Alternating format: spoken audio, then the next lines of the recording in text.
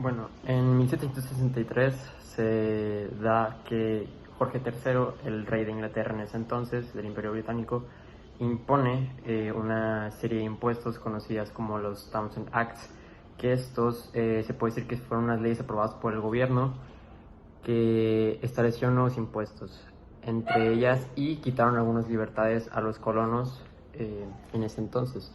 Impusieron impuestos sobre el papel, la pintura, el plomo, el vidrio, el té. Se estableció en una junta de aduanas estadounidense en Boston para recaudar impuestos, pero los ciudadanos estaban hartos de esta situación. No les gustaba que Jorge III seguía poniendo más impuestos. Y pues esta acta también dio a los funcionarios británicos el derecho a registrar las casas y negocios de los colonos. Obtuvieron su nombre ya que Charles Townshend, un miembro del parlamento, presentó estas leyes ante y pues los británicos querían que las colonias se pagaran por sí mismas. Las leyes de Townshend fueron específicamente para pagar los salarios de funcionarios como gobernadores y jueces, pero del Reino Unido. Los británicos pensaron que los colonos estarían de acuerdo con los impuestos a las importaciones, pero pues no fue así, y gracias a esto fue que se empezó a aglutinar más las resistencias en lo que serían las ciudades principales de Estados Unidos, bueno, de las 13 colonias en ese entonces, que serían ciudades, no estados: Boston, en Maryland, Filadelfia y Nueva York. Y de ahí pues se derivarían más masacres que están por ver a continuación. Gran Bretaña, por su parte, está en el inicio de la revolución industrial y necesita sus colonias para que le aporten materias primas. Mantener un imperio tan vasto y en constante expansión tiene un muy alto costo, que la corona pretende cubrir exprimiendo con más tasas e impuestos a las prósperas colonias. Posteriormente, el descontento y los reclamos de estas medidas económicas abusivas llenarían las calles de las colonias. 1765. En Inglaterra, el Parlamento inglés aprueba la Ley del Sello, una medida que crea un impuesto al papel que importan las colonias. Hasta diarios, almanaques y documentos públicos pagan este impuesto abusivo, provocando que las colonias se unan por primera vez. Hay llamados a desobedecer el imperio y movilizaciones organizadas que atacan a funcionarios. Los colonos ahora saben que pueden combatir el abuso de la corona, mientras que en Virginia se proclama un nuevo principio que sería crucial para la separación formal de Gran Bretaña: no taxation without representation. En 1970 se da la primera masacre. Boston estaba ocupada por tropas británicas, quienes aseguraban el cumplimiento de las disposiciones impositivas del rey. Toda esta masacre comienza cuando un joven trabajador se acerca a la casa de aduanas solicitando un pago, pero un centinela británico lo reprime. En respuesta de esto, el joven regresa acompañado por un grupo de colonos, los que arrojan al centinela bolsas de hielo y basura. Así que un capitán y 8 soldados acuden en su ayuda. Después, uno de esos 8 soldados comienza a disparar deliberadamente a la muchedumbre, resultando 5 colonos muertos, lo que llevó a que los colonos enjuiciaran a los militares y 2 de ellos son hallados culpables de homicidio. John Adams, quien oficiaba de abogado defensor, diría más tarde que la noche de la masacre de Boston fue la fundación de la independencia de América. 3 años más tarde, en 1773, se da lo que se conoce como los Hijos de la Libertad. Esto era una asociación secreta liderada por el primo de John Adams, Samuel Adams, quien no aceptaba que el Parlamento inglés legislara en asuntos de las colonias. En este mismo año, el gobierno británico aprueba la Ley del Té.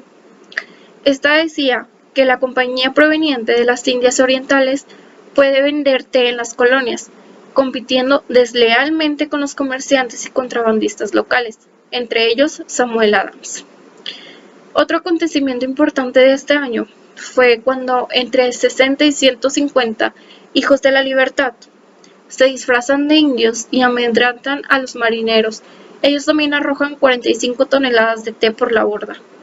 En represalia a esto, la corona envía a Boston un nuevo gobernador y cierra el puerto. A pesar de eso, la independencia ya se discute libremente en los diarios de las colonias. El 19 de abril de 1775, un grupo de colonos rebeldes intentaron tomar un depósito de armas y un batallón de soldados ingleses salieron de Boston para impedirlo. Se enfrentaron en Lexington, iniciando así la guerra por la independencia. El Congreso se hizo independentista, con gran apoyo de John Adams. Se nombró comandante en jefe de las Fuerzas Armadas norteamericanas. Él era un militar de escasa experiencia, fue al coronel George Washington. Él era aristocrático y esclavista. También cabe mencionar que él fue el primer presidente de los Estados Unidos. Hombres y niños se reunieron detrás de George Washington para luchar por su libertad. Se reclutaron soldados en cada rincón. Yo hablaré de los años 1776 y 1777. El 4 de julio de 1776 fue el día en que se firmó la Declaración de Independencia de los Estados Unidos, en el cual participaban 56 congresistas y en el que Thomas Jefferson, con la ayuda de John Adams y Benjamin Franklin, redactaron esto. Nosotros, los representantes de los Estados Unidos de América, reunidos en el Congreso General, acudimos al Juez Supremo del mundo para hacerle testigo de la rectitud de nuestras intenciones. En el nombre y con el poder del Pleno del buen pueblo de estas colonias, damos a conocer solemnemente y declaramos que estas colonias unidas son y por derecho han de ser estados libres e independientes. En ese mismo año, Washington marchó a la batalla de Trenton, en el cual comandaban a más de 2.400 hombres y en el que en la víspera de Navidad cruzaron el río Delaware. Pero a pesar del mal tiempo, ellos lograron abatir a una de las columnas y los revolucionarios lograron vencer a unos mercenarios alemanes que luchaban por la corona británica. En 1777, tras la batalla de Trenton, el británico Cornwall condujo un fuerte ejército en contra de Washington. Los americanos, alertados a esto, se retiraron hacia Princeton. Tras una pequeña escaramuza, el general americano Mercer salió mortalmente herido. Pero esto significó una batalla que fue un nuevo triunfo para los independentistas. En octubre de ese mismo año, se volvieron a enfrentar en Saratoga, en el estado de Nueva York. El ejército británico, comandado por John Burgoyne, se rinde, causando que la guerra tome un nuevo rumbo. Carlos III de España y Luis XXVI de Francia ven esta oportunidad para tomar una revancha por la Guerra de los 7 años. Y así Benjamin Franklin logra formar una negociación en París, haciendo que Francia se uniera abiertamente a la guerra, en el que firmó una alianza con los colonos en 1778 y España un año después. 1781. En este año, 8.000 soldados británicos defendían Yorktown, su último reducto. Enfrentan a una flota francesa y a un ejército combinado franco-estadounidense de 16.000 hombres bajo las órdenes de Washington. Las tropas británicas se rinden y la revolución triunfa. En Yorktown caen 156 británicos, 52 franceses y 20 independentistas. Son los últimos muertos en combate durante la Guerra de Independencia, que en 8 años vio morir a 25.000 revolucionarios. 1783.